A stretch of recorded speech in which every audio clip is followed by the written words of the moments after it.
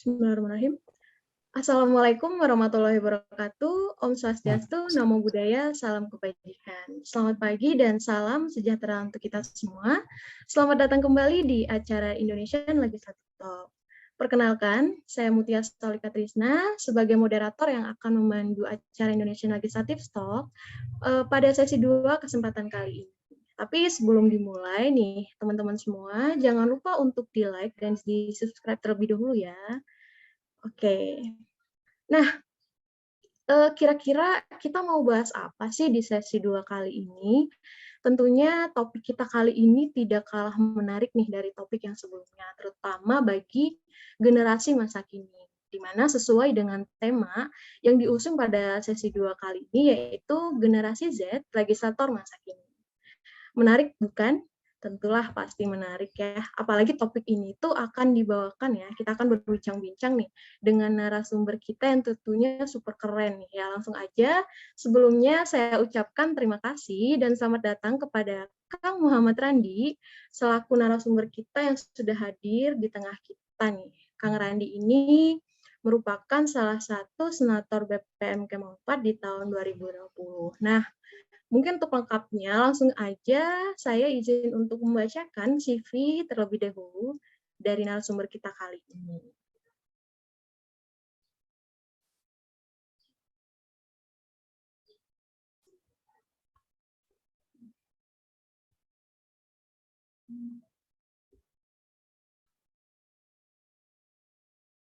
Oke. Nah, Kang Muhammad Randi ini dengan nama lengkap Muhammad Randi Susila Bakti. Akang ini lahir di Cirebon 8 April tahun 2000, di mana Akang ini merupakan salah satu mahasiswa dari Administrasi Pemerintahan Fakultas Ilmu Sosial dan Ilmu Politik Universitas Pajajaran angkatan 2018. Nah, adapun untuk rekam jejaknya sendiri, beliau pernah menjadi senator ya seperti yang disebutkan sebelumnya, Senator Komisi Pengawasan dan Anggaran BPM Kemau 4 di tahun 2020. Selain itu juga banyak nih pengalaman-pengalaman lainnya yang sudah dilalui oleh Kang Randi sendiri. Salah satunya juga ada yang paling keren nih ya, sebagai staf ahli Komisi 5 dan Badan Anggaran DPR RI tahun 2019-2020. Keren banget bukan ya? Dan salah satu Akani juga merupakan salah satu official delegates Asian Youth International Model United Nation tahun 2021. Selain itu juga Akang ini pernah nih menjadi sebagai salah satu pejuang muda Indonesia di program magang Kementerian Sosial 2021-2022. Wah, keren banget ya. Ya, baik. Mungkin untuk pembacaan CV narasumber kita kali ini sudah langsung saja kita panggil nih narasumber kita. Kepada Kang Randi boleh untuk menyapa terlebih dahulu mungkin Kang. Bagaimana nih kabarnya? Halo Teh, selamat pagi, Assalamualaikum. Salam kenal semuanya. Seperti tadi yang disampaikan oleh Teh Mutia, Teh Moderator, salam kenal kembali. Nama saya Muhammad Randi dari Visip 2018. Ya, halo, selamat pagi ya. Selamat Ya, pagi Kang. Mungkin bisa kita mulai langsung Kang untuk sesi siap. berbicaranya nih. Mungkin Ya, teman-teman udah nggak sabar ya gimana sih gitu buat topik kali ini gitu. ya. Oke, kita mulai aja langsungnya baik teman-teman semua. Sesuai dengan yang disebutkan sebelumnya, kita mengusung tema generasi Z, legislator masa kini. Berbicara mengenai legislator masa kini, tentunya kita harus mampu menyesuaikan diri dengan perkembangan di saat era modern saat ini. Kira-kira bagaimana sih untuk beradaptasi di dunia kelegislatifan pada masa kini.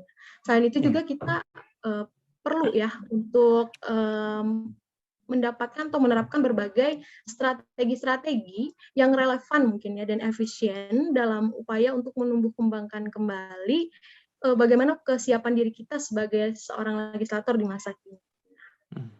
Mungkin bisa kita mulai untuk yang pertama nih ya Kang ya, bagaimana sih pemahaman atau pandangan sendiri mengenai kelegislatifan.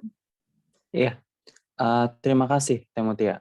Seperti yang kita ketahui bersama teman-teman bahwa kita perlu merefleksikan sistem ketatanegaraan kita. Kita harus mendalami mengenai implementasi trias politika, bahwa di dalamnya ada eksekutif, legislatif, dan yudikatif. Tiga pilar kekuatan inilah yang menjadi sebuah penopang jalannya pergerakan negara kita. Seperti yang kita ketahui bahwa eksekutif seperti layaknya biasa, presiden, wakil presiden beserta kabinet, hingga tingkat bawah ada gubernur, bupati, wali kota, dan untuk yang di yudikatif ada sistem peradilan hukum, Mahkamah Agung, konstitusi, komisi yudisial, dan yang terakhir adalah legislatif. Ini merupakan sebuah bentuk lembaga untuk mendistribusikan kekuasaan. Dan untuk menciptakan sebuah checks and balances, menciptakan sebuah keseimbangan dan pengawasan dalam penyelenggara negara, dibutuhkan lembaga legislatif. Nah, lembaga legislatif inilah yang memiliki fungsi untuk mengawasi dan memastikan jalannya pemerintahan yang baik, dan tentunya menyerap aspirasi masyarakat. Dalam konteks negara, seperti yang tadi saya sampaikan. Tapi kalau dalam konteks kampus, kita bisa melihat adanya BEM, BPM, dan Mahkamah Mahasiswa. Nah, inilah sebuah bentuk miniatur ketatanegaraan di tingkat kampus yang harus kita pertahankan, yang harus kita kuatkan, dan tentunya pasti akan sangat banyak tantangan di dalamnya. Makanya ketika pertanyaannya adalah apa kelegislatifan menurut saya, maka perlu sebuah kolaborasi dari ketiganya. Ya, kita harus melihat bahwa nafas perjuangan lembaga legislatif itu termaktub dalam tiga fungsi, teman-teman. Ada legislasi sebagai pencipta undang-undang, ada aspirasi advokasi sebagai penyerap suara-suara rakyat, dan yang ketiga adalah pengawasan dan anggaran. Nah, pengawasan dan anggaran inilah yang menjadi sebuah instrumen untuk mengawasi ini kerja eksekutif udah bener apa belum? Kerjanya penyelenggara negara, penyelenggara kegiatan di kampus ini sudah optimal apa belum? Dan melihat pelaksanaan anggarannya transparan dan akuntabilitas atau tidak. Nah, itulah dari kelegislatifan itulah kita bisa melihat lembaga yang sangat berdekatan dengan rakyat. Nah, kalau kita melihat secara realistis, lembaga legislatif ini begitu banyak tantangan dan resiko. Contohnya gimana, Kang? Contohnya adalah nggak terkenal. Loh, kenapa nggak terkenal? Karena maba-maba di kampus lebih pengen jadi penjalan program kerja, atau bahasa kasarnya maaf, budak proker. Akan menjadi terkenal, terlihat kece, kalau udah jadi panitia forsi, kalau udah jadi panitia program ini, program itu.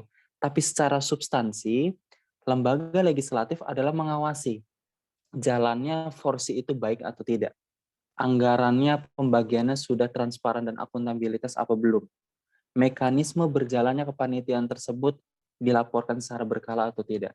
Seperti halnya yang dilakukan BPM Kema Unpad ketika salah satu departemen di BPM Kema Unpad mengusulkan adanya sebuah program internal BEM dengan anggaran 30 juta. Dan itu BPM Kema Unpad langsung mencoret. Loh kenapa? Karena sesuai amanat Kongres tahun 2019, di dalam Kongres diamanatkan bahwa BPM Kema Unpad menjalankan fungsi anggaran. Maknanya adalah semua program-program kerja yang ada dari BEM Kema Unpad sebelum masuk ke SIAT Rektorat itu harus melalui audit, melalui perancangan dan pengawasan dari BPM. Kita lihat, kita prioritaskan program-program mana saja yang sangat berdampak untuk Kema Unpad. Dan ketika kita menemukan program tersebut, maka kita coret. Silahkan kalau ingin dijalankan, tapi jangan menggunakan dana Unpad. Yang mana dana Unpad berasal dari mahasiswa. Jadi seperti itu. Kelegislatifan berusaha menciptakan sebuah sistem perwakilan, menyerap aspirasi masyarakat, dan terciptanya sebuah kemaslahatan untuk mahasiswa. Saya kira seperti itu, Teh. Gitu. Oke, baik. Terima kasih untuk jawabannya, Kang. Mungkin saya sedikit izin untuk menyimpulkan ya dari jawaban Akang sendiri bahwa perlunya kita memahami trias politika ya Kang ya, di mana Betul, seperti kan sebelumnya bahwa lembaga legislatif sendiri itu merupakan salah satu unsur penting ya iya, dari trias politika tersendiri gitu, betul, agar dapat berjalan secara seimbang gitu ya. Nah, betul, sehingga diperlukan sebuah kolaborasi dari ketiganya, di mana legislatif betul, sendiri itu merupakan sebuah perwakilan ya di iya, Unpad sendiri ya sebagai BPM iya, mungkin ya, dan betul, menjalankan tupoksinya sebagai pembentuk undang-undang. Lalu ada salah satunya juga tadi pengawas terhadap BEM, iya, sebagaimana seperti kinerja BEM sendiri, apakah anggarannya bagaimana dan lainnya apakah sudah terlaksana sebagaimana mestinya seperti itu. betul. Nah, lalu nih Kang, menurut Mhm. Akang, seperti apa sih kelegislatifan yang ideal yang dapat diterapkan mungkin ya di era modernisasi seperti saat ini? Oke, ketika kita berbicara mengenai era modernisasi, maka kita berbicara tentang instrumennya. Maka kita perlu menstimulus, perlu menjalankan organisasi ini secara modern. Maknanya artinya kayak gimana? Artinya ketika kita menjalankan sebuah organisasi, entah tidak hanya tentang legislatif ya teman-teman, di sini kiranya ada teman-teman yang berkontribusi di organisasi lain, kita menggunakan tools-tools yang modern. Kita menggunakan sebuah mekanisme yang bisa menyentuh lapisan dan komponen banyak hal. Artinya ketika kita berorganisasi secara modern, maka kita harus memaksimalkan teknologi, dalam hal ini yang paling terdekat dengan kita adalah sosial media, untuk menyebarluaskan dan memaksimalkan kerja kita. Nah, yang sangat dekat dengan lembaga legislatif adalah pertama, ketika dalam hal penyerapan aspirasi dan advokasi untuk kepentingan mahasiswa. Di dalam hal aspirasi dan advokasi mahasiswa itu ada dua arus besar. Dua arus besarnya apa? Pertama, sarana prasarana, kedua akademik.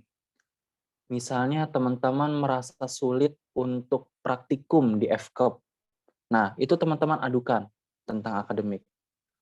Peralatan-peralatan di laboratorium tidak lengkap, itu masuknya ke dalam sarana prasarana. Dosen-dosen yang sering terlambat atau ada hambatan-hambatan, itu masuk ke akademik. Nah, dua hal inilah disampaikan dalam bentuk informasi kepada BPM ataupun BEM. Kenapa saya katakan keduanya? Karena tadi berkesinambungan dengan apa yang saya sampaikan tentang kolaborasi. Mengingat di Unpad itu ada sebuah prinsip collaborative governance, kolaborasi pemerintahan. Nah, dalam dua pembagian kerja ini teman-teman, aspirasi advokasi tentang akademik itu selalu dipegang oleh BEM Kema Unpad selama bertahun-tahun. Pengalaman saya di BPM tahun 2019 pun sama, akademik yang megang BEM dan sarana prasarana yang megang BPM. Ketika teman-teman ada hambatan tentang proses-proses praktikum yang terkait sama fasilitas, sampaikan ke BPM. Nah, gitu. Kayak misal kelasnya kurang, peralatannya kurang, sampaikan ke BPM. Nanti BPM yang akan mengkalkulasikan, yang akan menggabungkan dan akan mengadvokasikan ke rektorat. Dan saat itu, tahun 2020, tepatnya bulan Februari, BPM Kema Unpad pernah mengadakan hearing sarpras bersama Pak Edward, Direktur Sarana Prasarana dan Manajemen Aset Rektorat Unpad. Semua fakultas, semua jurusan diperkenankan hadir di Balai Rutsita kalau nggak salah, Direktorat. Menyampaikan segala keluh kesahnya. FMIPA menyampaikan keluh kesah parkir, lalu waktu itu farmasi mengeluhkan tentang musola, mungkin FKEP bisa menyuarakan tentang proses laboratorium ataupun praktikum pun bisa gitu loh, tentang sarana prasarananya. Nah, disitulah sebuah bentuk modernisasi. Artinya itu bisa digunakan, disampaikan melalui media sosial. Dan ketika disampaikan ke media sosial pun, kita bisa membangun jejaring website. Teman-teman bisa masuk ke websitenya organisasi-organisasi dan itu bisa diinput melalui hal tersebut. Nah, hal-hal itulah yang bisa kita maksimalkan dalam pelaksanaan organisasi. Dan kita bisa menyuarakan keresahan melalui advokasi itu dari media sosial itu sendiri. Seperti tagar Unpad kok tega gitu kan, UKT berkeadilan. Nah, itu kan menggunakan mekanisme sosmed, dan itu merupakan modernisasi dalam berorganisasi. Nah, dan yang paling terpenting, ketika kita ingin mencapai organisasi modern, maka kita juga harus mencapai sebuah bentuk partisipasi. Nah, Kema FKEP harus berpartisipasi bukan hanya di lingkungan fakultas, tapi fakultas keperawatan harus berkontribusi juga ke Kema Unpad. Dalam hal ini, mahasiswa-mahasiswa Kema FKEP-nya pun bisa berkontribusi di organisasi-organisasi tingkat Kema Unpad, agar aspirasinya bisa sampai ke rektorat, seperti itu. Pun sama dalam hal negara juga seperti itu. Gitu, Teh. Baik, mantap sekali ya, Kang ya. Terima kasih untuk Ya. jawabannya. Nah, mungkin tadi seperti yang disebutkan oleh Kang Randi ya, diperlukannya berbagai berfokus mungkin kepada instrumen yang kita Ya, gunakan pada saat ini gitu ya, yang kita jalankan sesuai dengan perkembangan kita, betul, perkembangan zaman pada saat ini ya, menggunakan tools-tools betul. yang modern ya. Iya, Kita betul. harus artinya di mana kita harus memaksimalkan penggunaan teknologi ya, Betul. seperti salah satunya sosial media nih Kang ya. Sosial media. Iya benar. Nah, hal ini tuh bisa dapat kita terapkan ya dalam aspirasi dan advokasi ya tadi yang seperti disebutkan sebelumnya, di mana juga dalam menjalankan aspirasi dan advokasi ini kan terdapat juga unsur kolaborasi ya, di mana Satgas itu dikelola oleh BPM dan akademi dikelola oleh BEM. Nah, dalam hal advokasinya juga ini disampaikan dalam bentuk informasi melalui media sosial seperti itu ya Kang. Iya. Nah, selain itu juga kita sebagai Kema mungkin ya kalau di dalam lingkungan 4 itu kita untuk harus mencapai maksimal menyesuaikan dengan era saat ini, kita juga harus mampu untuk berpartisipasi nih ya Kang ya, Betul, dan berkontribusi juga nih betul, dalam hal advokasi ya, betul. seperti itu. Nah, oke. Selanjutnya sebagai generasi muda Kang ya, hal apa aja sih kira-kira yang perlu dipersiapkan untuk menjadi seorang legislatif yang berkompeten nih Kang? Iya. Kira-kira menurut Kang. Oke. Ketika kita menjadi generasi Z, ketika kita menjadi generasi milenial, memang ada pembagian waktu lahir yang berbeda antara milenial dan Z, tapi berdekatan lah kurun waktunya. Kita harus punya satu keyakinan dan modal yang paling kuat adalah keresahan. Keresahan itulah yang menjadi sebuah concern, menjadi doing what is right, menjadi sebuah apa yang kita lakukan untuk kebenaran. Apa kontribusi kita, apa tujuan kita, big why-nya apa? Teman-teman mau masuk ke BPM Kema FKEP, ada keresahan apa di Fakultas Keperawatan? Ada keresahan apa yang teman-teman rasakan ketika menjadi mahasiswa keperawatan? Ada keresahan apa yang menjadi teman-teman dapatkan ketika menjadi mahasiswa Unpad? Dari keresahan itu, coba teman-teman kontemplasikan, renungkan. Kalau saya aja merasa gelisah, merasa dirugikan, bagaimana teman-teman lain? Artinya, setiap satu orang punya satu persoalan, dan Unpad memiliki ribuan mahasiswa. Berarti ada ribuan masalah. Berarti ada sebuah bentuk gotong royong, sebuah bentuk pergerakan, sebuah bentuk ikhtiar yang harus dilakukan secara bersama-sama. Nah, menjadi seorang legislator perlu didorong dari hal tersebut. Harus ada big why, harus ada concern, apa yang harus diperjuangkan. Nah, setelah dasar substansinya sudah dapat, sudah memahami, maka masuk ke dalam dasar yang teknis. Seperti masuk ke dalam sebuah organisasi. Nah, organisasi yang harus dilakukan dan masuk ke dalam salurannya adalah Badan Perwakilan Mahasiswa, seperti teman-teman yang sekarang ada di dalamnya. Nah, keresahan yang tadi teman-teman rasakan, maka teman-teman harus mendengar, apakah ada yang merasakan sama seperti saya? Senasib, sepenanggungan gitu ya. Nah, kalau ada, kumpulkan, lakukan mobilisasi, lakukan sebuah bentuk gabungan agar tetap bisa meraih tujuan yang bersama-sama gitu, masuk ke dalam BPM. Nah, ketika teman-teman sudah berjuang atas nama eh, kepentingan mahasiswa keperawatan, kita bisa melihat yang lebih luas lagi. Ada sebuah otoritas yang lebih tinggi yang akan menghasilkan sebuah keputusan, dan keputusan itu bukan hanya untuk 1-2 mahasiswa, tapi seluruh Unpad, yaitu rektorat. Artinya, mahasiswa keperawatan harus bisa berkontribusi secara gotong royong untuk seunpad. Nah, disinilah menjadi sebuah kesiapan dari generasi kita adalah bentuk kepekaan sosial tadi keresahannya, lalu mau berkontribusi. Jadi saya review kembali, pertama adalah keresahan. Keresahan itu timbul karena adanya kepekaan, gitu ya. Nah, jadi jangan hanya peka terhadap doi kita saja, tapi kita juga harus peka sama doi rakyat-rakyat kita, sama keresahan masyarakat kita, gitu loh. Nah, setelah peka, kita harus challenge, harus ada tantangan, harus langsung konkret, gitu loh. Masuk ke organisasinya. Ya, di organisasinya melakukan ya penyerapan aspirasi, mengadvokasikan ke dekanat, ke rektorat, gitu loh. Nah, setelah untuk melakukan hal-hal yang teknis itu, diperlukan wawasan yang mumpuni, gitu. Karena lagi-lagi, lembaga legislatif ini tidak seperti lembaga eksekutif. Lembaga legislatif ini sifatnya ada 2 hal, ada soft skill sama hard skill. Contoh, ketika kita memimpin sebuah kongres sebagai presidium atau sebagai ketua BPM, mengetuk palu saja ada ilmunya, teman-teman.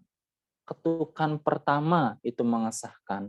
Ketukan ketiga dan ketukan 3 kali adalah pembukaan atau penutup. Ketukan berkali-kali itu untuk menenangkan audiens. Nah, artinya untuk bisa menjalankan organisasi yang sangat istimewa seperti lembaga legislatif ini diperlukan 2 hal tadi. Hard skill itu adalah wawasan, pengetahuan, dan soft skill itu bagaimana kita melakukan manajemen konflik, karena setiap organisasi ada konflik, manajemen resiko, karena kita juga harus menghitung high risk dalam pelaksanaan organisasi dan berhadapan dengan banyak pihak itu bagaimana, kan seperti itu. Nah, jadi ada 3 hal yang paling penting, kepekaan, keresahan, lalu aksi, kontribusi yang aktif, yang realistis, yang konkret, maka yang ketiga adalah wawasan yang paling penting. Gitu loh. Kayak kita harus memahami bahwa 3 fungsi lembaga legislatif itu adalah legislasi, aspirasi advokasi, pengawasan anggaran. Kita juga harus memahami 3 hak lembaga legislatif seperti hak interpelasi, hak angket, hak menyatakan pendapat. Jikalau lembaga eksekutif melakukan sebuah pelanggaran-pelanggaran, kita bisa menggunakan 3 hak itu. Sebagai contoh, dulu ketika BEM Kema Unpad 2020, Ketua BEM-nya Rizal Ilham Pratama melakukan sebuah pernyataan sikap politik luar negeri Unpad untuk mendesak DPR melakukan pengesahan RUU PKS. Kita tidak berbicara tentang RUU PKS-nya ya, tapi kita berbicara tentang mekanisme pengesahan dan publikasi kebijakan politik luar negeri Unpadnya yang bermasalah. Padahal pada saat itu, dan sampai sekarang pun belum direvisi, sesuai dengan peraturan dasar bahwa pernyataan sikap yang bersifat luar negeri itu harus melalui serangkaian di dalam MUSMA, musyawarah mahasiswa. Dan yang namanya musyawarah mahasiswa itu melibatkan semua aspek, semua komponen, dari tingkat universitas sampai tingkat jurusan. Dan mereka tidak melakukan itu. Dan BPM Kema Unpad, saya di dalamnya pada saat itu harus mengajukan hak interpelasi. Karena itu merupakan tindakan inkonstitusional. Nah, itu yang bisa dilakukan oleh BPM sebagai lembaga legislatif. Pun sama, ketika BPM Keperawatan melihat penyalahgunaan yang dilakukan oleh BEM Keperawatan, berikan hak interpelasi, ajukan. Karena hak interpelasi itu menyatakan apa? Meminta keterangan kepada ketua BEM, kepada kabinetnya, ketua departemen yang terkait, mengapa Anda melakukan hal tersebut? Apa landasan hukumnya? Apa latar belakang yang menjadi concern dari kebijakan yang kalian keluarkan? Dan itu nggak salah. Justru itu bagus. Itulah yang tadi yang saya katakan checks and balances. Jadi ya tadi, kita perlu mempersiapkan diri kita untuk masa depan ataupun adik-adik kita 2021, 2020 agar tadi mempersiapkan 3 hal tersebut untuk membangun lembaga legislatif, mengeksistensikan lembaga legislatif agar kuat dengan di hadapan lembaga-lembaga lain tentunya untuk kepentingan Kema. Seperti itu. Baik, berarti intinya ya ada 3 poin penting ya teman-teman semua Iya, ya. Namanya memiliki keresahan, di mana keresahan sendiri itu timbul karena adanya kepekaan dari kita ya, dari dalam diri, dan kita harus memiliki pandangan seperti apa yang harus kita lakukan terhadap permasalahan yang ada, bagaimana, seperti itu. Big why-nya apa betul. gitu ya. Lalu setelah Betul. dari itu kita harus ada challenge-nya nih atau aksinya nih. Kita harus seperti halnya kita memiliki rasa ingin berkontribusi gitu ya, masuk ke Betul. dalam organisasi. Seperti kalau di kita sendiri itu ya lembaga legislatif itu Badan Perwakilan Mahasiswa ya.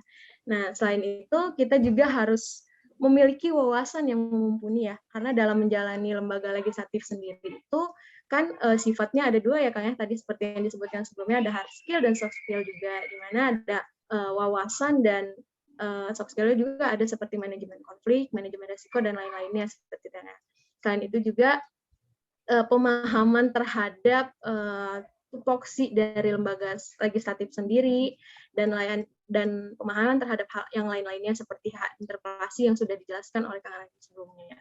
Nah, lalu nih Kang, bagaimana sih selanjutnya bagaimana cara agar legislator muda itu mampu untuk beradaptasi dengan kelegislatifan di era modernisasi ini, Kang? Oke. Mampu untuk bertahan berarti ya Teh ya? Iya, Kalau kita berbicara tentang mampu dan untuk bisa bertahan, maka dari keresahan yang kita miliki, maka dia pasti akan bertahan.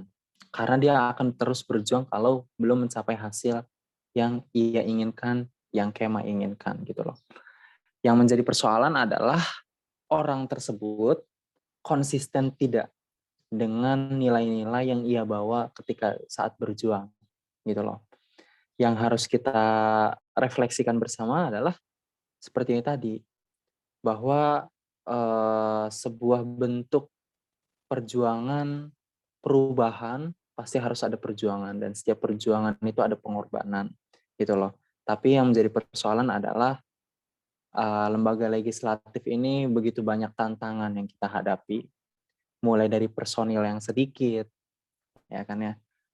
Lalu dihadapkan dengan sebuah stigma bahwa BPM mah nggak kelihatan, nggak keren, terus nggak bisa ngadain acara gitu kan ya.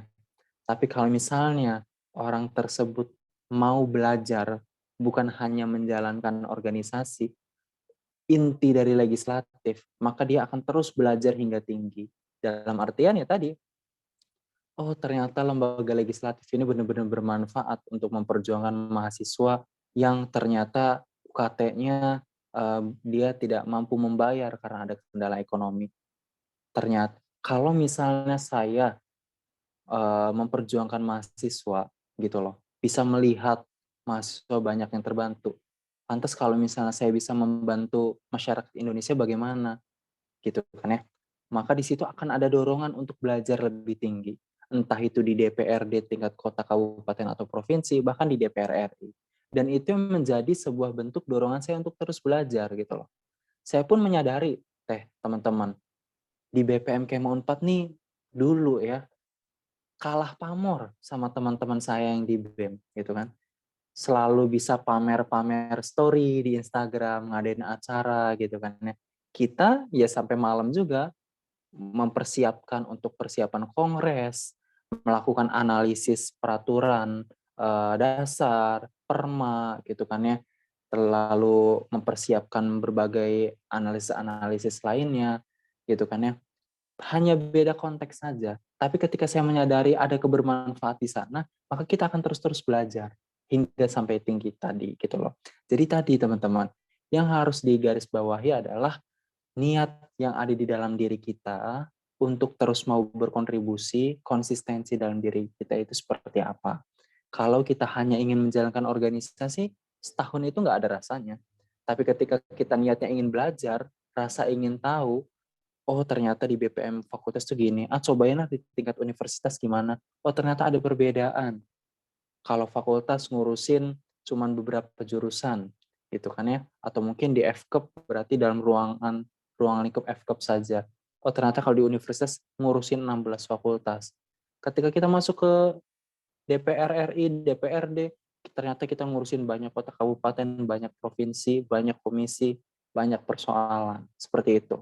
Jadi butuh kembali dalam diri kita niatan untuk belajar dan konsistensi perjuangan tersebut. Gitu teh. Oke, baik. Terima kasih untuk jawabannya, Kang. Berarti kita harus eh, membenahi mungkin ya pandangan atau Iya, stigma kita sendiri bagaimana sih terhadap lembaga legislatif itu, bagaimana sih dalam menjalankan tupoksi, tugasnya dan lain-lainnya. Nah, di balik betul. itu diperlukan dasarnya itu niat ya dan konsistensi Betul. yang ada dalam diri kita untuk berkontribusi itu bagaimana gitu kan. Itu harus ya Betul. garis bawahi. Nah, baik Kang. Selanjutnya mungkin apa nih yang harus kita lakukan, yang harus Mm-mm. dilakukan mungkin ya oleh generasi Z Mm-mm. nih ya, kayak Mm-mm. agar dapat menumbuh kembangkan kembali sikap legislator yang Mm-mm. kompeten, kreatif dan Mm-mm. inovatif menurut aku. Oke.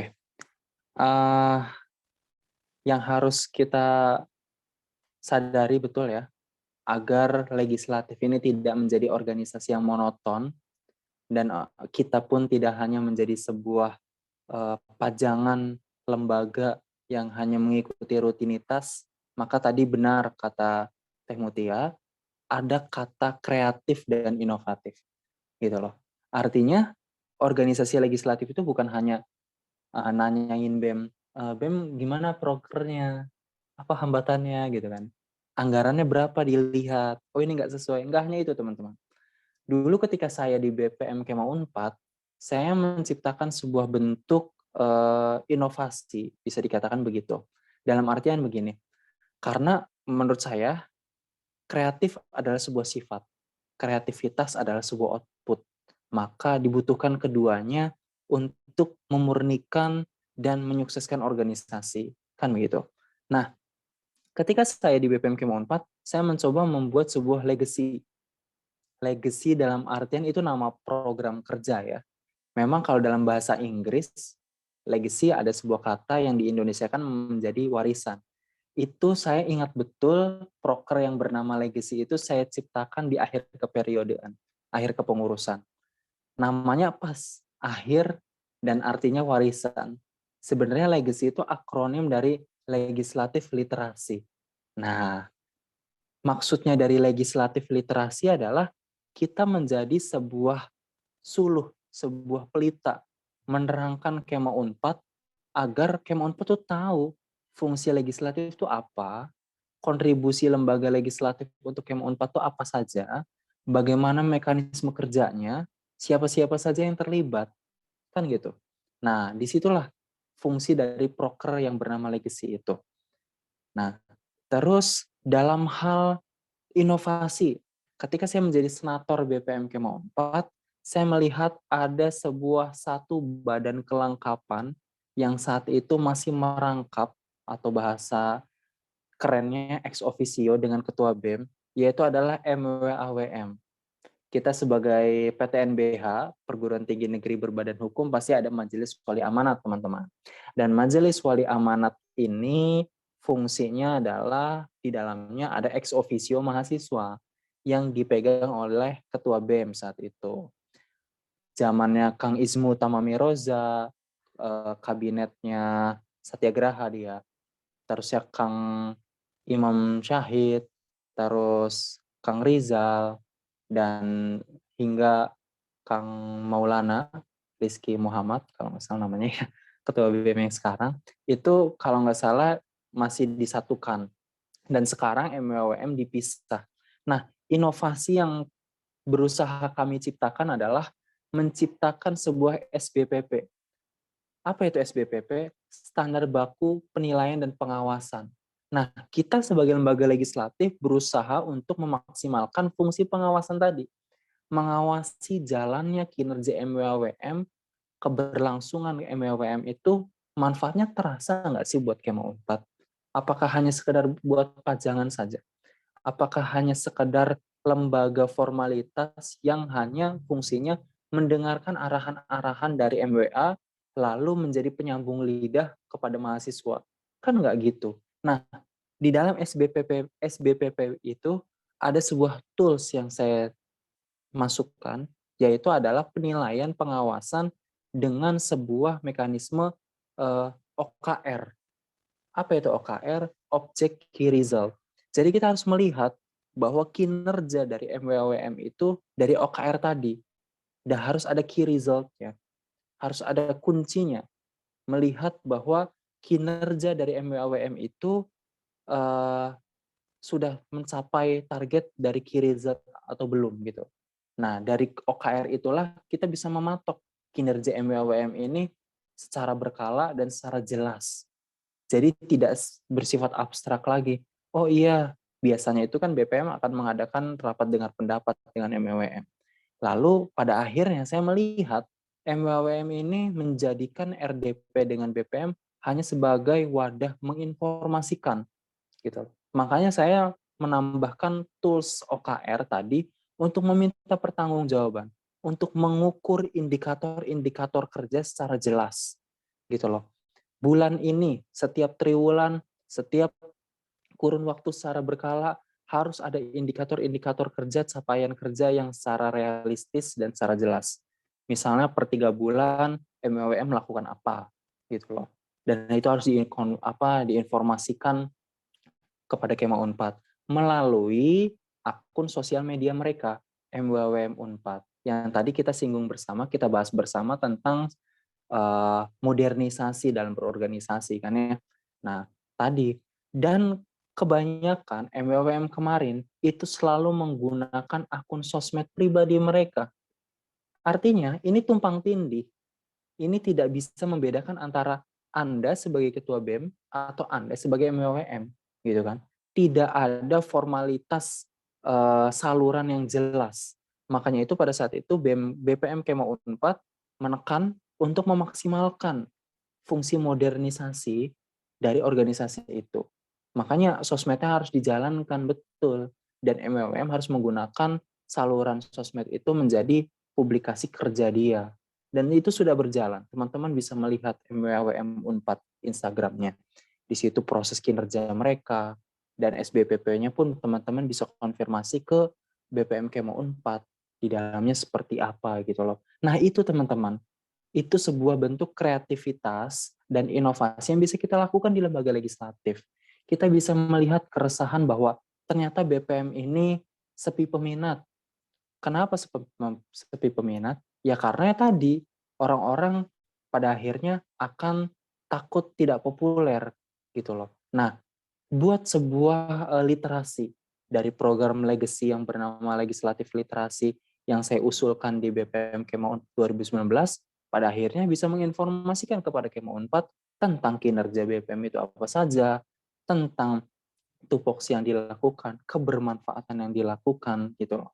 Dan tadi OKR Object Key Result dalam SBPP MWWM itu bisa digunakan sebagai bentuk inovasi pengawasan, inovasi sebagai bentuk memperlihatkan kinerja dan melihat menganalisis kinerja dari MWWM. Seperti itu, teman-teman. Gitu. Baik, oke. Di sini yang kita highlight itu adalah kreatif dan inovatif ya, karena seperti yang disebutkan sebelumnya, bahwa dari poin kreatif sendiri itu, di mana kita harus ya, secara umum mungkin ya menciptakan atau harus mampu menciptakan sesuatu atau hal baru yang berbeda dari yang lain, seperti yang disebutkan, diceritakan oleh Kang Randi sebelumnya, kayak seperti sebelumnya yang mungkin pengalaman dari Kang Randi sendiri itu ada ya, namanya legasi ya Kang ya, di mana artinya itu warisan tadi disebutkan. Nah, di mana dibuatnya sebuah apa ya literasi dengan melihat atau memanfaatkan kondisi yang ada seperti itu ya Kang ya. Betul. Dari program sendiri tersebut gitu intinya. Nah lalu dari poin inovatif sendiri itu dilihat dari persoalan sebelumnya yang mengenai MWWM kan, diciptakannya tadi disebutkan sebelumnya itu sebuah SBPP ya Kang ya.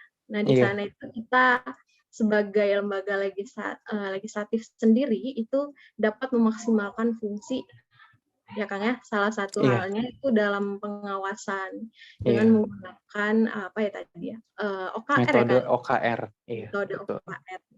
Baik, keren banget sih itu ya. Nah, sebuah apa ya, pencapaian mungkin bisa menjadi apa ya, gambaran nih teman-teman buat kita bagaimana sih gitu memanfaatkan, apa, kondisi yang ada atau melihat dengan perkembangan saat ini Mm, dalam menjalankan tupoksi kita sebagai lembaga legislatif. Nah, ini mungkin, lanjut Kang ya, untuk selanjutnya itu iya, untuk pertanyaan terakhir mungkin nih, Kang. Kira-kira siap ada Teh. pesan apa yang ingin Akang sampaikan nih untuk para generasi muda sebagai cikal bakal legislator dan pemimpin nih di masa kini nih, Iya, Kang? betul. Oke, terima kasih Teh Mutia. Bahwasannya setiap diri kita adalah pemimpin dan setiap pemimpin akan dimintai pertanggungjawabannya. Pemimpin untuk keluarga kita, untuk diri kita sendiri, dan tentunya untuk lingkungan di sekitar kita. Kita kuliah di Universitas Pajajaran, sebuah universitas perguruan tinggi negeri yang terkemuka di negeri ini. Nggak ada yang nggak kenal sama Unpad. Kita diberikan kesempatan oleh Tuhan, oleh keluarga, untuk bisa mengenyam, merasakan bangku kuliah. Yang tidak semua teman-teman kita yang berumur kita bisa merasakan bangku kuliah. Maka teman-teman wajib mempertanggungjawabkan kesempatan yang Tuhan kasih dengan cara apa yang kita kasih kepada hamba Tuhan lainnya. Kan seperti itu. Nah, inilah yang harus kita refleksikan secara bersama-sama, apa diri kita, kebermanfaatan kita berikan untuk lingkungan kita. Tentunya dalam hal ini, dalam lingkungan lembaga legislatif, kita perlu sebuah konsistensi dalam berjuang, kita memerlukan sebuah bentuk pergerakan yang lebih masif, terstruktur, dan sistematis, dan tentunya BPM FKEP Unpad harus lebih berkontribusi secara konsisten yang sekarang saya lihat tentu memiliki banyak kontribusi yang sangat luar biasa, maka itu harus tetap dipertahankan dan tentu ditingkatkan untuk Kema Unpad. Jadi tentu kalau dari saya pribadi terus belajar, terus berkembang, jangan pernah merasa puas, dan yang pasti kompetisi itu dilakukan untuk menciptakan sebuah kemaslahatan, bukan konflik. Maka diperlukan sebuah kolaborasi untuk kita semua untuk menyukseskan hal tersebut. Dan satu lagi yang saya titip kepada BPM FKEP Unpad, 2 tahun terakhir atau mungkin saya belum ngecek di tahun 2021 ini, BPM FKEP selalu absen di keikutsertaan di BPM Kema Unpad. Belum ada nih perwakilan dari BPM FKEP di Kema Unpad. Saya kurang tahu kalau 2021 siapanya, karena kalau yang saya lihat di tahun 2019 dan 2020, FKEP absen di dalamnya. Nah, saya kira harus ada konsistensi dan saya yakin di tahun 2022, entah itu melalui jalur Prama atau jalur PKA, FKEP bisa mengisi kekosongan dan bisa masuk di Kema Unpad agar kebermanfaatannya di Unpad lebih terasa dan lebih komprehensif. Dari saya segitu, Teh Mutia. Ya, baik. Terima kasih kepada Kang Randi yang mungkin Sama-sama. ya baik mungkin akan saya sedikit simpulkan ya dari awal hingga akhir tadi itu bahwa kita memang di era modern ini yang memang ditandai dengan derasnya dari arus dari globalisasi dan kemajuan teknologi sendiri yang mungkin bisa dibilang agresif ya. Kita harus mampu gitu menghadapi tantangan besar ini. Jadi kita sehingga tuh diperlukannya seseorang pemimpin atau mungkin legislator ya dalam hal legislatif itu yang berkompeten serta kreatif dan inovatif. Nah, di mana intinya kita harus memiliki dasar ya. Pertama kita harus memiliki pandangan atau stigma dari memperbaiki gitu ya, pandangan atau stigma dari diri kita terhadap bagaimana sih lembaga legislatif itu sendiri. Kita harus memiliki niat ya dalam dasar dalam diri kita, niat dasar itu dan konsistensi yang ada gitu dalam diri kita untuk berkontribusi. Nah, lalu dari sana juga kita setelah memiliki niat gitu ya, kita dapat menerapkan hal-hal yang perlu kita persiapkan seperti memiliki keresahan, lalu challenge atau aksinya, lalu wawasan juga yang mumpuni gitu. Nah, mungkin seperti yang disebutkan oleh Kang Andi sebelumnya ya, titipan mungkin untuk Kema di kepengurusan selanjutnya gitu ya. Di mana sebelumnya 2 tahun terakhir itu BPM FKOP selalu absen. Nah, mungkin nih teman-teman ya, tugasnya untuk kita selanjutnya itu ya sebagai seorang mahasiswa gitu, kita harus memiliki keresahan yang ada gitu ya terhadap Betul. problem dari problem atau permasalahan yang muncul dari fakultas kita sendiri seperti itu. Betul. Nah, kita bisa dengan keresahan itu kita bisa memunculkan niat untuk berkontribusi, mungkin bisa untuk berkontribusi selain di BPM FKOP, kita juga bisa ke BPM Kema nih teman-teman gitu. Betul. Dalam lingkup universitas ya, lingkupnya lebih besar. Betul. Nah, ya mungkin seperti itu untuk kesimpulannya, dan mungkin selesai udah ya untuk rangkaian dari acara Indonesian Legislative Talk ini sendiri. Nah, mudah-mudahan dengan apa yang telah disampaikan oleh Kang Randi sebelumnya ya, itu bermanfaat dan tentunya pasti akan sangat bermanfaat untuk teman-teman semua, terutama Kema FKOP ya, dan membuat kita semua mungkin nantinya tergerak gitu ya untuk memahami lebih lanjut bagaimana sih lembaga legislatif sendiri dan bagaimana sih untuk menjalani tugas-tugasnya sebagai wakil rakyat seperti itu. Oke. Ya, baik, mungkin terima kasih Kang untuk waktunya, kesempatan kali ini. Sama-sama. Langsung saja mungkin ya kita tutup untuk sesi 2 kali ini. Dan akhirnya saya Mutia Salka Trisna pamit undur diri. Terima kasih untuk perhatiannya. Terima kasih untuk segala perhatian, dan jangan lupa juga untuk di-like dan di-subscribe teman-teman semua. Mungkin jika ada salah kata, saya mohon maaf. Terima kasih. Wassalamualaikum warahmatullahi wabarakatuh. Sebagai pemateri pun mengucapkan terima kasih kepada panitia dan BPM Kema FKOP Unpad. Semoga sukses selalu dan terus berjuang menyampaikan aspirasi demi kemaslahatan Kema FKOP dan Kema Unpad. Terima kasih, mohon dimaafkan bila ada perkataan kurang berkenan. Wallahul muwaffiq ila aqwamit thoriq. Wassalamualaikum warahmatullahi wabarakatuh. Terima kasih ya Kang Teteh. Terima kasih ya Kang. Sama-sama.